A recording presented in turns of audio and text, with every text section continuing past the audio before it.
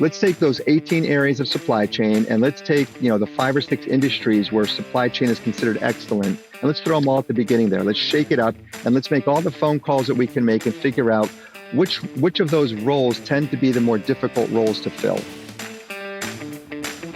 Welcome back to Talent Hunters, powered by MRINetwork, where each week we talk with the world's top talent strategists and executive recruiters. If you want to build talented teams that drive your company to big goals and big growth, then this podcast is for you. And now, let's join the conversation with today's episode of Talent Hunters. I'm here with, ladies and gentlemen, with Jason Breault of Life Work Search in Westport, Massachusetts. Welcome, Jason. Thanks, Vince. Appreciate it. So 18 years in the business, a little salt and pepper up there on the head and so forth, and a lot of experience. Tell us a bit about your background and really what led you truly to the founding of Life Work Search.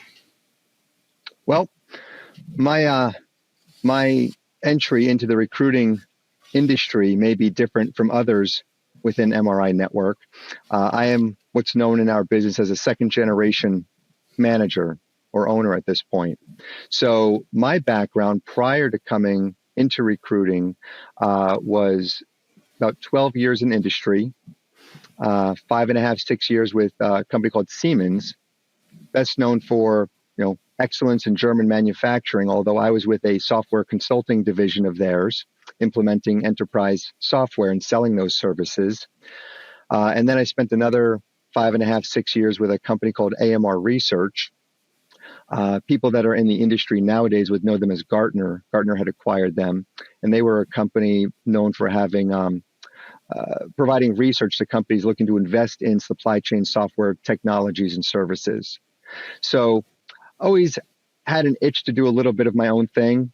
Frankly, my father would have really preferred me to come into his business and be his retirement plan, but I didn't have as much interest in moving to Florida on a full-time basis. So I got a franchise here in Massachusetts, and leveraging my own background then in selling into supply chain and manufacturing and such, started our office here. The benefit that I've got is not only do I have the backing of MRINetwork, but frankly, my first 7, 8, 9 years, I had probably the best mentor in our network, which was my father, who had, 30 years in the industry. So although we chose to go down different paths in terms of the industries that we recruited into, I had someone that I could call almost every day to commiserate with, to celebrate with, and frankly, just to learn everything there was to learn that I still put to use today. What's fascinating that I pick up on is your father's history was truly around the founding of MRI. Yeah. And boy, I tell you, Larry, when you get into the background of it, and Alan Schoenberg and all the Gary Williams and all the people, I mean, there was a personal commitment by those people on how to train us into this business. Mm-hmm. And because it was their business, like it was your dad's business. What challenges did you run into I understand you started it yourself, but you had some coaching and so forth from your dad, as well as the MRI training and so forth. But what challenges did you run into as a second gen in your learning to be successful in this business coming out of corporate America, knowing you had your dad and MRI as resources? I would say the biggest challenge I faced, and I would be surprised if most second generation owners didn't face the same early in their careers, would be the fact that the background that I came into this business with versus the background my father came into was considerably different. My father, by the time he was in his mid-30s, had risen to the level of president of a division of a European company here in the States, right? A North American president of a European business here in the States. I was a glorified sales guy, right? So in my particular case, I came into this with the attitude of, I can really sell. And I understood the space that I was, selling into and therefore recruiting into. But what I didn't understand was how to build a business, right? If I think of this, my first year in business, I was a sole proprietor. And if I'm being honest with myself, the first hire I made about a year into the business, it was a kind of PC/IR. I made the hire because I was lonely. is the truth of it, right?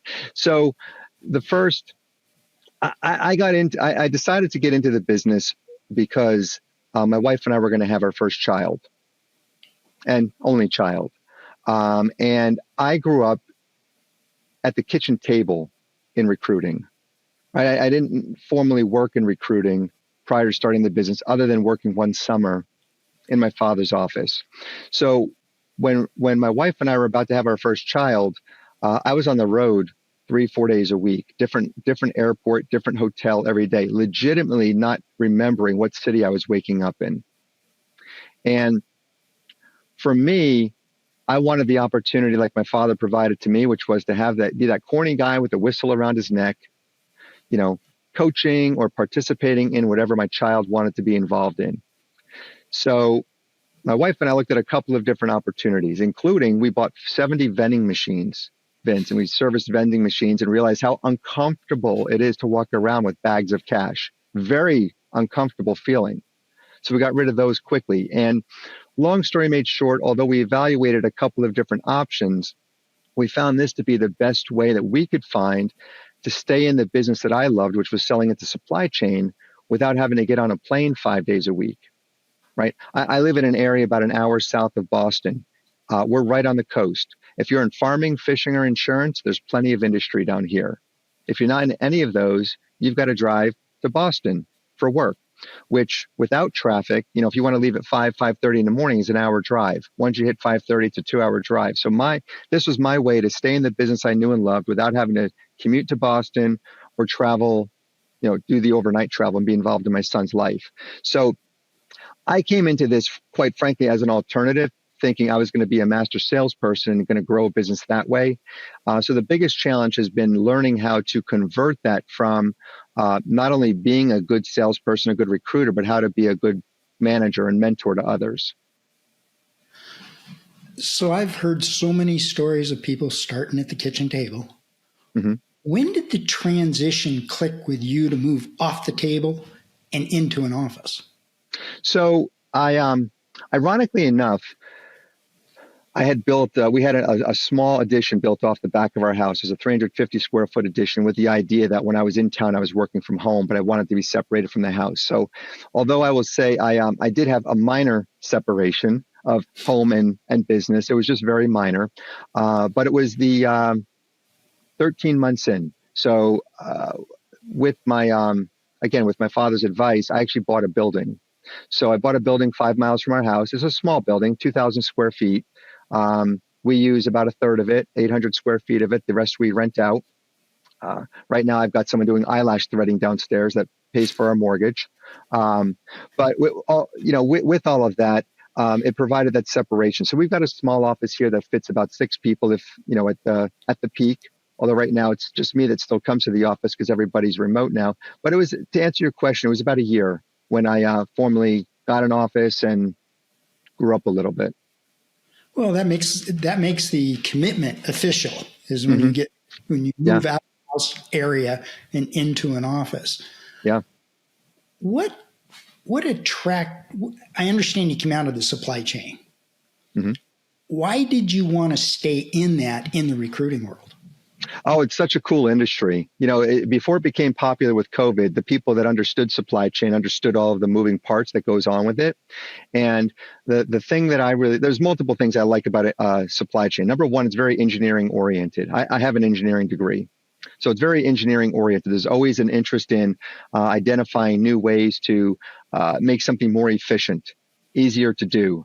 So whether that's looking in a manufacturing facility or the way that goods move from point A to point B to point C, there's always an opportunity to look for ways to improve that. So if we go back when I first started in 2006 in recruiting, I went out and reached out to about 15 or 20 chief supply chain officers that I knew from my previous working. And I said, listen, if you were in my position and with the understanding that if you took the Council of Supply Chain Management Professionals definition of supply chain, there's basically 18 different silos. And I said, we're too small to be everything for everybody. So if you were to pick 1, 2, 3 of those silos, where would you focus? And the beautiful thing is, what's hot in one area today might not be hot in another area tomorrow. So when I first came into the business, companies were in the middle of that transition, for example, from producing things domestically to producing things internationally, right? So everything was moving offshore to China, Vietnam, Bangladesh, and all these areas. So sourcing, strategic sourcing, procurement, international purchasing was really hot. Figuring out what to make, what to sell, where to make it, that's the whole idea of planning in supply chain. So, that area is very difficult to predict. And the fact that products are constantly moving in and moving out of popularity, the ability to predict what's going to be hot and when is something that's very difficult to do. So there was one of the training videos that I had watched was the law of inverting funnels, you might recall. Basically, the idea to say, okay, the inverting cones, thank you.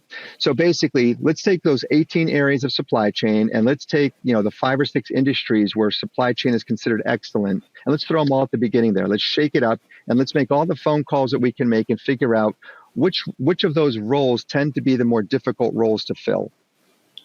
And inevitably, it kept coming back to the planning positions, right? If you go to Target today, for example, looking for cherry chapstick and there's no cherry chapstick on the shelf, I know who to call at the company that makes cherry chapstick.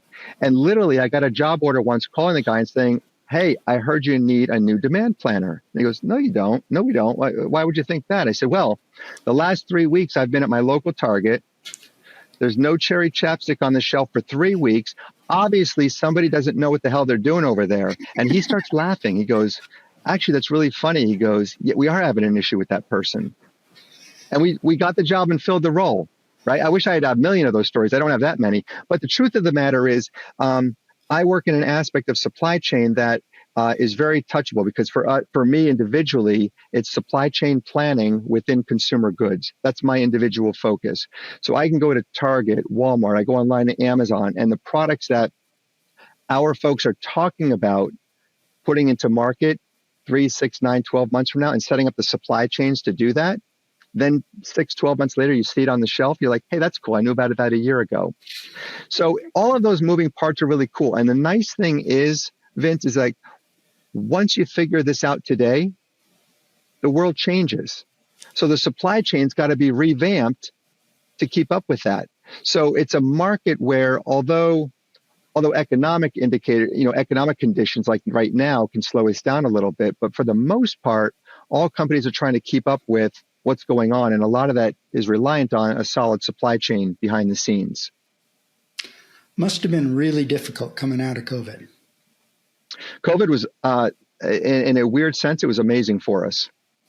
Although we shut down for 3 months, like everyone else during COVID, we still grew 10% that year. The following year, we grew 130%. And the year after that, we grew 45% above that. So what happened was COVID really forced a lot of companies to rethink how their supply chains were set up to support their customer. So I'll give you an example.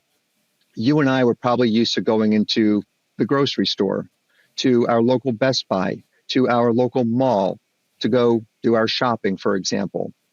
So the supply chain required to support that is different than the supply chain required to support e-commerce. So if I'm the company and I'm sending something to a store, I'm probably sending it to a main distribution center in a big pallet. And then once it's at that customer's distribution center, they're responsible for the piece parts to get it to store A versus store B. So my supply chain is all worried about getting this to you in a pallet, versus now we had one client that makes chicken. You would know the brand if I said it, but they had started an e-commerce business, for example, with very little fanfare. They purposely didn't even do much advertising because they wanted to work out the kinks. So this was the idea that you would go on their website and kind of like an Omaha Steaks. You would order your chicken and have it delivered to you, right? Pre-COVID, they were averaging 30 orders a day. Middle of March hits, and they spiked from 30 a day to over 1,000 orders a day. And in 4 months, they went from a business plan that they expected to hit $500 million inside 5 years to hitting hitting their end of their third year goal inside of 6 months. So what happens though is the supply chain required to send you a package and me a package and Ashley a package and others a package is considerably different. So all of a sudden, everybody was going through this major transformation to say, we've got this 3 to 5 year plan in place to do more e-commerce, to do more direct to consumer. That went like 3 to 5 months, those plans got put into place. So all of a sudden, brand new supply chain teams that needed to be set up. We saw more director and VP level roles in 2 years after COVID than we had seen all of the time we saw leading up to COVID. Outstanding. Now let's shift gears just a little bit because how long have you worked remote now? You with your people? I still come to the office. I'm here in the office today. Everybody, but since COVID, what's that, 3.5 years now, all of our office is remote. Every once in a while, someone comes in and blesses us with their presence. But since COVID hit. So have you hired anybody since COVID? Yep, we have. So what's your process? Because a lot of offices out there right now are dealing with remote people. I mean, I have 2 that are extremely successful remotely, which I would have never in 1,000 years thought would happen. How are you hiring, training, and are you then allowing them to go remote? What's the time frame behind that? Yeah, so the first individual we hired, the first individual who joined us on March 16th. We closed the office March 23rd. So he was a week in the office before we went remote. I'll start with the beauty of this is the software that we use, like our applicant tracking system, our email and collaboration tools and all that. We're already all set up in the cloud. So there was nothing like on a server here that required us to be stuck in the office. So our now at the extreme, we've got one guy who lives on a 50-foot boat down in Florida, lives and works on his boat in Florida, right? And he can be successful. So to answer your question, we heavily leverage the training itself from MRINetwork to do all of our, I'll say, get each of our recruiters like that 80% level, right? Teach them the principles of recruiting. We take responsibility for teaching them the facets of supply chain that we're recruiting in.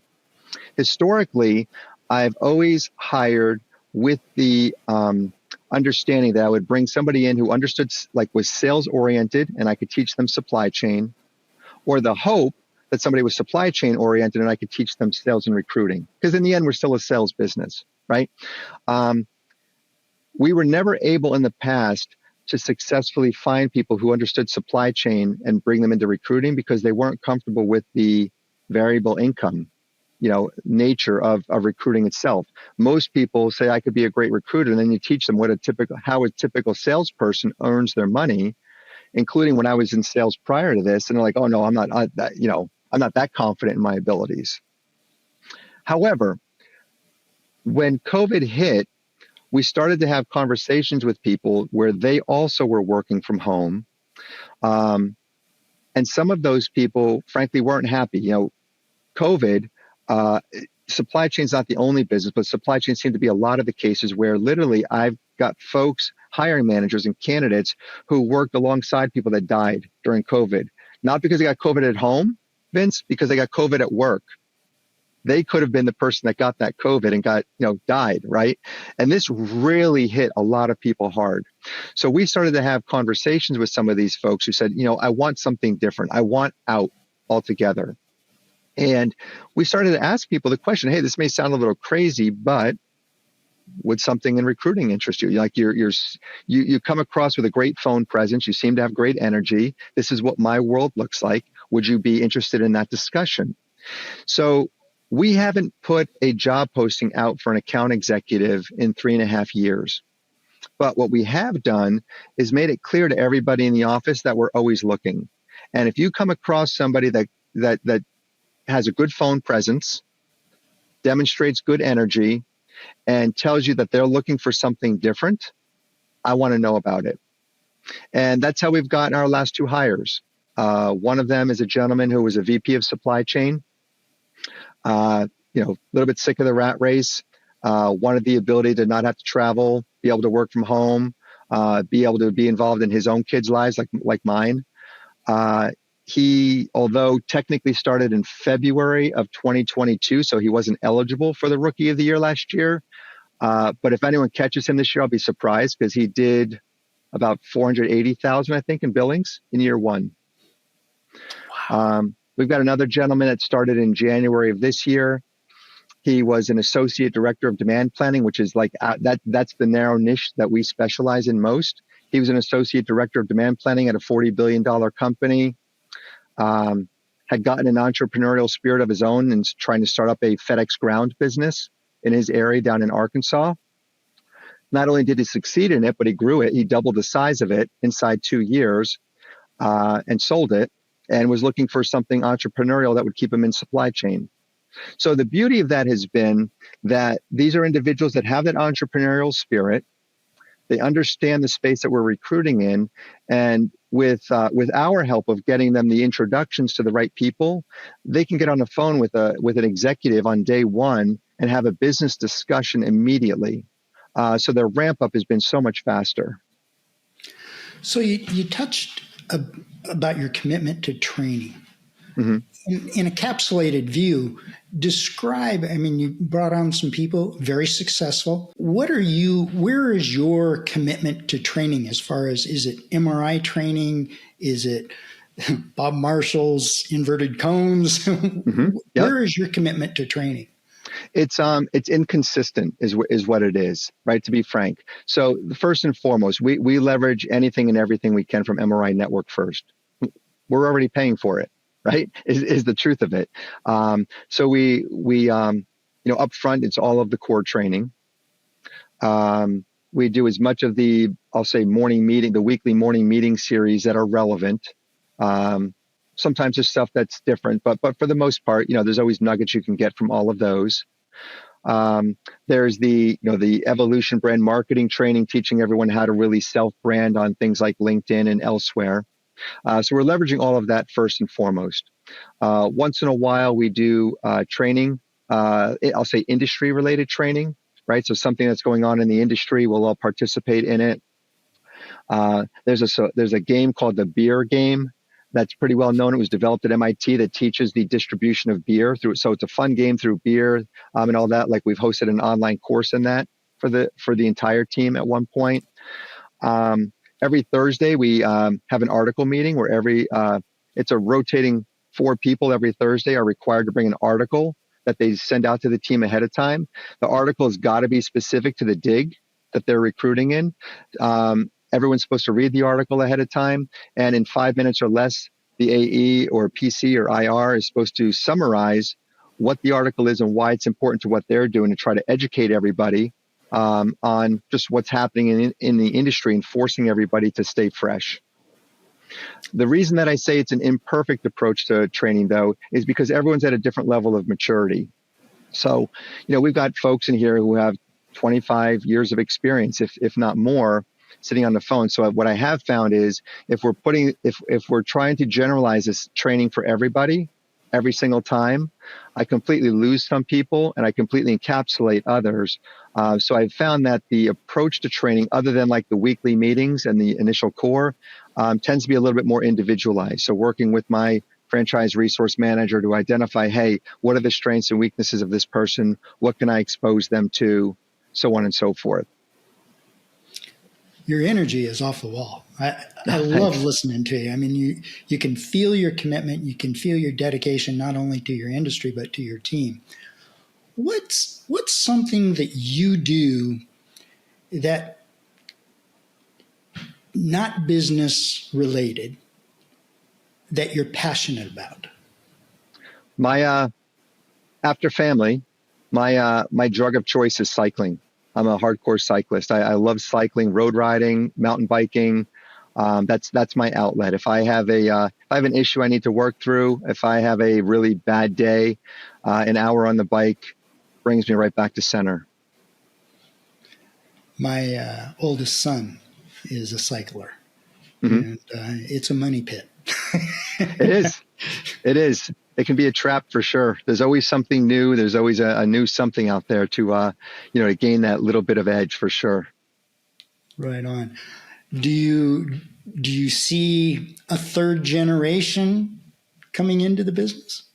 Well, I would put it this way. I was pretty hard-headed when I was growing up, not unlike any other child out there, that whatever the recommendation of the parent is exactly the wrong idea in my mind, right? So I was always pushing back in that respect. My son has done the exact same thing. So as often as my parents remind me of the potentially hurtful things I've said about how boring of an industry this is, or how many other more exciting things there are to do, my son has certainly let me know the same. So I don't know the answer to that, is the truth of it. We all know that reality hits, and sometimes it's a really bad slap to the face at some point in time. So maybe, but the little bit of database work that I've invited my son to do, he's made it very clear that this is the most boring thing he's ever done in his life. So that's yet to be seen. Well, I can tell you that my mom and dad owned a motorcycle shop, and my dad got me into riding when I was just knee high to a grasshopper, Yep. and wanted me to take over the shop when I was very young. Our crossroads were, he wanted me to work 20% harder than everybody else in the shop, and my youth was, I wanted to work 20% less than everybody else in the shop. Of course. And it really became a struggle at a 40% difference in expectations. So I didn't work in the motorcycle shop. So I agree with you.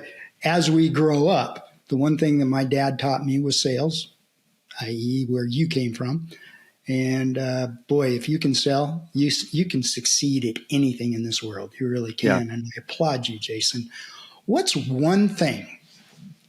There's probably a lot of, in fact, I had somebody on here a week or two ago that would love to have family legacy take over the business. Mm-hmm. What is one piece of advice that you learned in the transition from your father?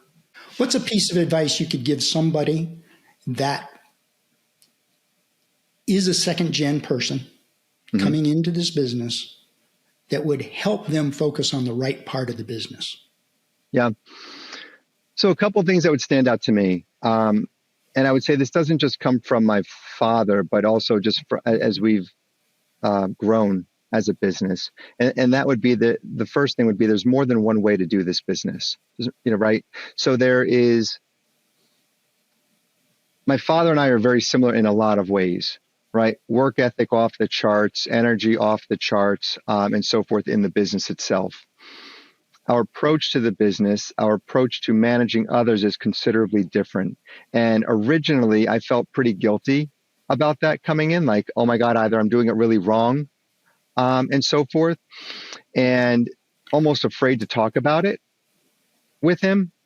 Whereas as I started to build the business and realized we were able to have our success in the way that I wanted to manage the business, it became clear to me that there were multiple ways to do the business. And I don't know if I just didn't ask the question coming in, if I was worried about, him being disappointed about that.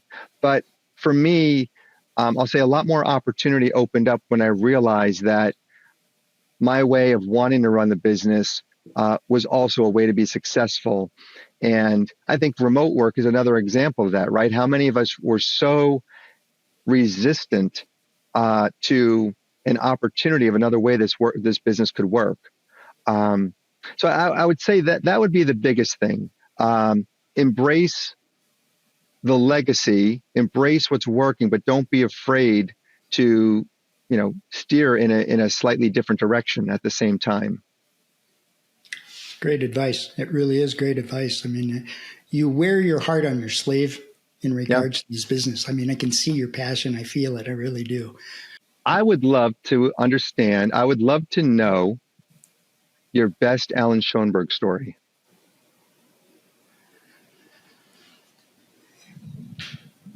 It's really eye-opening because I still tell this story. The first time that I was a pace setter, I was walking around a pool, okay? And I saw Alan Schoenberg walking up to me, right straight at me. I mean, it was like laser pointed. He held out his hand. He introduced himself, called me by name, and told me what my numbers were for that previous year. Now, I've sat next to him a ton of times in trips and stuff like that since then. The man knew everything. Yeah. And and I think we all do that when we start something and it's our baby. And that's really the thing that really opened my eyes. I mean, he was just an amazing man. He really was. And Jeff Heath once told us in a group, or asked us in a group, can you imagine how many millionaires Alan Schoenberg made? Yeah. Millionaires, not millions, millionaires. And I look back today, there was a guy that gave and gave and gave because of his passion. Thank you for asking that question. I really appreciate that. Jason, my father, if I could share something back, my father always tells a story. Two stories that stand out to me is one is that the original advertisement in the New York Times that he responded to, the if I had a brother, I think it was titled advertisement, that I don't remember the details of it, but again, it was a pretty passionate article, or excuse me, advertisement, which is what he responded to originally to get into MRINetwork. But I do remember one story he told me where he said he had left a message, something, running the business oriented. It was early in his tenure for Alan, seeking his advice, and literally got a phone call about 11:30 in the evening at home. Woke my father out of his sleep.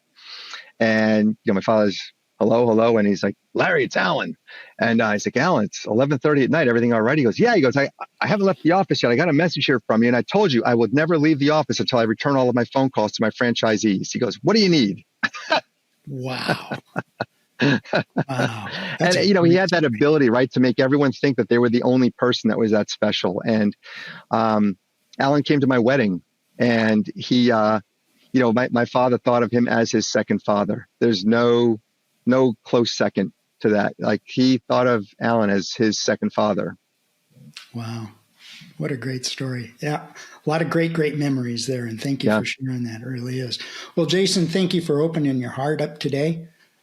We are going to obviously get this out to the world as soon as possible, because the things that you shared, not only about your business, but about your heart, people are going to take with open arms. And I thank you very, very much for all your time and efforts on this.